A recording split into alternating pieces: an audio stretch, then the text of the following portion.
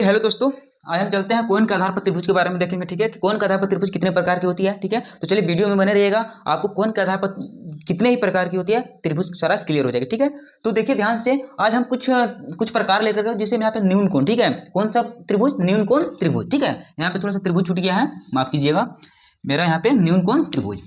ठीक है, यहाँ पे त्रिभुज का दे देना है। ठीक है, चलिए न्यून कोण त्रिभुज ध्यान समझिएगा। आखिर यह न्यून कोण त्रिभुज होता क्या है? ठीक है, आखिर न्यून कोण त्रिभुज को पहचान क्या होती है, न्यून कोण त्रिभुज को पहचाना कैसे जाता है ना? तो चलिए देखिए ध्यान से। हाँ, कोण के आधार पर त्रिभुज, हमने यहाँ पे क्या लिखा हूँ? कोण के आधार पर त्रिभुज। तो कोण के आधार पर त्रिभुज हम तीन प्रकार की होती है। कितने प्रकार की होती है? तीन प्रकार की होती है। ठीक है, जो कि पहला प्रकार यहाँ पे लिख चुका हूँ, न्यून कोण त्रिभुज। कौन सा त्रिभुज? न्यून कोण त्रिभुज। चलिए देखते हैं कि न्यून कोण त्रिभुज का क्या गुण होता है, त्रिभुज को उसको पहचाना कैसे जाता है, न्यून कोण त्रिभुज को क्या क्या उसमें गुण पाए जाते हैं। ठीक है, देखिए ध्यान से, एक हम यहाँ पे न्यून कोण त्रिभुज बना लेते हैं। ठीक है, ध्यान से समझिएगा। ठीक है, चलिए देखिए, इस कोण को ए मान लेते हैं, बी मान लेते हैं और सी मान लेते हैं। ठीक है, अब देखिए त्रिभुज तो हम जानते हैं कि तीन भुजा से मिल करके जो बंद आकृति बनता है ना, उसी को हम लोग त्रिभुज बोलते हैं। ठीक है, लेकिन त्रिभुज में कुछ कुछ हर एक तरह के गुण होती है। जैसे में मेरा कौन सा त्रिभुज? न्यून कोण त्रिभुज है।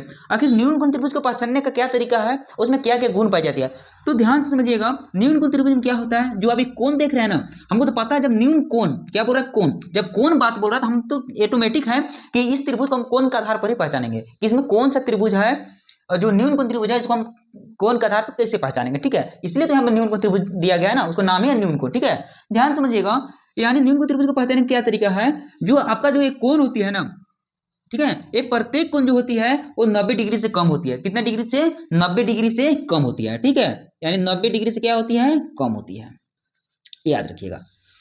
न्यून कोण त्रिभुज क्या होती है? जिसका प्रत्येक तीनों कोण कितना डिग्री से? 90 डिग्री से कम होती है, उसी को हम लोग क्या बोलते हैं? न्यून कोण त्रिभुज बोलते हैं। ठीक है, यानी सभी कोण जो है, ये जो आप सभी कोण के मान देख रहे हैं, ये आपका सभी कोण जो है आप माने प्रत्येक कोण आपस में कितना कितना 90 डिग्री से क्या होना चाहिए? कम होना चाहिए। ठीक है, लेकिन एक चीज याद ये भी रखिएगा कि तीनों कोण को मिला करके, ठीक है, 180 डिग्री होना चाहिए। एक चीज भूलिएगा नहीं।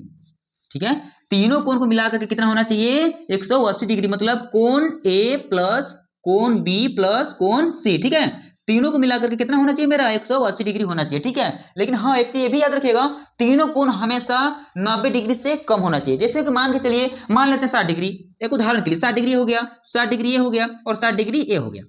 समझ रहे हैं बात को ना? तो टोटल तीनों को हम जोड़ेंगे तो 180 डिग्री हो जाएगा। तो त्रिभुज के तीनों अंतः कोण का योग, किसी भी त्रिभुज हो, ठीक है, किसी भी त्रिभुज, त्रिभुज के तीनों अंतः कोणों का योग 180 डिग्री होता है। ठीक है, तो हम एक चीज याद रखिएगा, हाँ इसमें जो त्रिभुज है, इसमें तो जब सभी, अब आपका डाउट ये आ रहा होगा कि सभी जब त्रिभुज में तीनों कोण का योग 180 डिग्री हुई भी करता है, तब इसको न्यून कोण अब स्पेशल कहें कैसे? हम इसलिए कहें इसको कि जो आप कोण ये देख रहे हैं ना, एक कोण हो गया, एक कोण ए, एक कोण ए, टोटल 3 कोण होता है। तीनों कोण क्या है ना, 90 डिग्री से क्या है मेरा? कम है। तीनों 90 डिग्री से कम है, यानी हाँ यहाँ पे 80 डिग्री भी हो सकता था, जब यहाँ 80 होता तो यहाँ पे 50 होता, मान के चलिए ऐसे, है ना, मतलब 90 डिग्री का एक भी कोण नहीं होगा। ठीक है, इसी को हम लोग बोलते हैं न्यून कोण त्रिभुज। कौन सा त्रिभुज बोलेंगे इसको? न्यून कोण त्रिभुज, जो प्रत्येक कोण कितना डिग्री से कितना डिग्री का होना चाहिए? 90 डिग्री से कम होना चाहिए, भूलिएगा नहीं। ठीक है, प्रत्येक कोण जो होना चाहिए 90 डिग्री से कम होना चाहिए, उसी को हम लोग बोलते हैं न्यून कोण। हम पता है न्यून कोण में भुजा की संख्या कितनी होती है? ठीक है, भुजा की संख्या 3 होती है ना, सभी त्रिभुज में सेम ही है। ठीक है, शीर्ष तो आप जानबे करते हैं, शीर्ष क्या होती है ना, भुजा इसे बोलते हैं। ए मेरा भुजा, ए भी मेरा भुजा, ए भी मेरा भुजा, भुजा की संख्या टोटल कितना होगा? 1 2 3 हो गया। ठीक है, शीर्ष यानी दो भुजा जिस बिंदु पर आकर के मिलती है ना, देखिए ये दोनों इस पॉइंट पे आकर के मिल रहे हैं, ये दोनों भुजा आकर के यहाँ मिल रही है, तो टोटल 1 2 3, टोटल कितना शीर्ष बन गया? 3 शीर्ष। तो हमको त्रिभुज में शीर्षों की संख्या कितनी होती है? 3 होती है। ठीक है, इसके बाद यदि आपसे कोई बोल देगा त्रिभुज के कोण की संख्या, अंतः कोण, अंतः माने अंदर का कोण और बाह्य माने बाहरी का कोण। ठीक है, तो अगर त्रिभुज के अगर अंतः कोण के बारे में पूछेगा, कौन सा कोण? अंतः कोण, अंतः कोण की संख्या। ठीक है, त्रिभुज की यदि अंतः कोण की संख्या पूछेगा तो इसमें कितना होगा? 3 होगा। बाह्य कोण के बारे में पूछेगा तो कितना होगा? 3 होगा।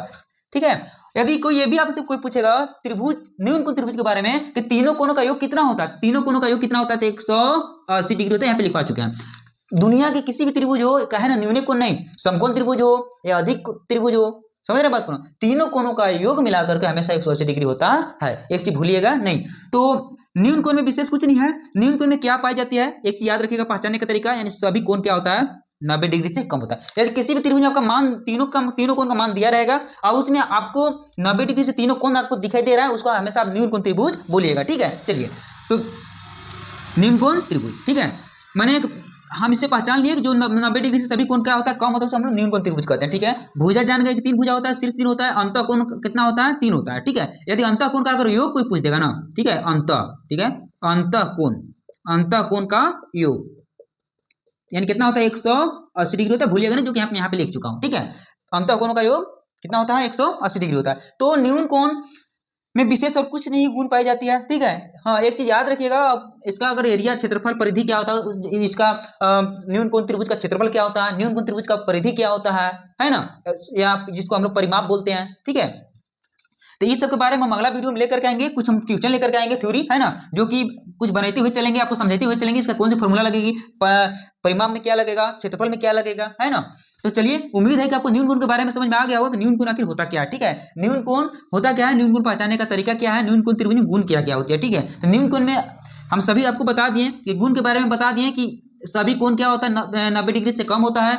न्यून कोण में प्रत्येक भुजा कितने होता है, 3 होता है ना, सभी भुजा मिलाकर कितना होता है, 3 भुजा होता है। शीर्ष कितना होता है, 3 होता है। अंतः कोण कितना होता है, 3 होता है। ठीक है, अब अंतः कोणों का अगर योग कोई पूछ देगा तो कितना होगा, 80। मतलब तीनों को मिला करके 80 पूर्णा, 180 पूर्णा चाहिए। ये कोई जरूरी नहीं है कि यहाँ पे 60 है तो यहाँ 60, यहाँ 60, जिस अगर 60 रहेगा तब पूरेगा नहीं, कहीं 50 भी हो सकता है, तो कहीं 70 हो सकता है, तो कहीं 80 हो सकता है ना। मैंने तीनों को मिला करके मेरा कितना होना चाहिए, 180 होना चाहिए। ठीक है, तो चलिए, मुझे उम्मीद है कि आपको ये वीडियो अच्छा लगा होगा। ठीक है, आपको न्यून कोण के बारे में समझ चुके होंगे, न्यून कोण क्या होता है, उसको पहचानने का क्या तरीका है। ठीक है, यदि आपको वीडियो अच्छा लगा होगा तो प्लीज वीडियो को सब्सक्राइब कीजिएगा और वीडियो को शेयर कीजिएगा, ताकि त्रिभुज के संबंधित सभी को जानकारी मिलते रहे। हाँ, एक चीज और हम आपको बता दे रहे हैं, यदि आपको जमीन संबंधित किसी भी प्रकार की जानकारी चाहिए तो इसी चैनल पे जुड़े रहिएगा, जमीन संबंधित जानकारी भी इसी चैनल पे मिलता रहता है। ठीक है, तो यदि आपको जमीन संबंधित किसी भी प्रकार की कोई भी समस्या हो, ठीक है, तो कमेंट कीजिए। ठीक है, और इस चैनल में जुड़े रहे ताकि आपका सारा डाउट क्लियर हो जाएगा। ठीक है, तो चलिए, अब हम अगला वीडियो में मिलते हैं। जय हिंद, जय भारत।